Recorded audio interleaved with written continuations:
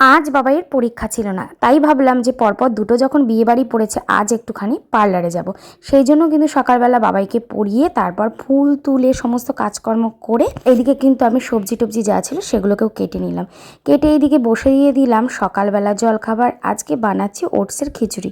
তার মধ্যে সমস্ত রকমের সবজি আর ডালটাকে দিয়ে কুকারে সিটি দিয়ে নিয়েছিলাম। আর এইদিকে দেখো আমি ফুলকপিটাকে একটুখানি আদা লঙ্কা বাটা দিয়ে কষিয়ে নিলাম। এরপর সে মশলা দেওয়া কষানো ফুলকপি আর ওটস দিয়ে কিছুক্ষণ ফুটিয়ে নামানোর আগে একটু ঘি দিয়েছিলাম।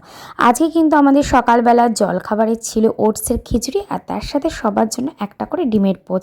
সকালবেলা ব্রেকফাস্টটা কিন্তু আজকে আমাদের হেভি ছিল। এরপর কিন্তু তাড়াতাড়ি করে খেয়ে দিয়ে আমি দুপুরবেলার সমস্ত রান্নাবান্নাগুলো তাড়াতাড়ি করে ফেললাম।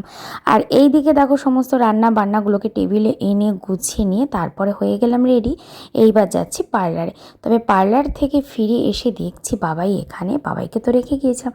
আর বাবাই দেখো বেলুনে জল ভরে কি পরিমাণে জল ঘাটছে। তারপর মা ছেলে দুজন মিলে কিন্তু একসাথে বসে পড়লাম খেতে। চলো তাহলে আজকের মতো টাটা, দেখা হচ্ছে আবার কোনো ব্লগে। টাটা।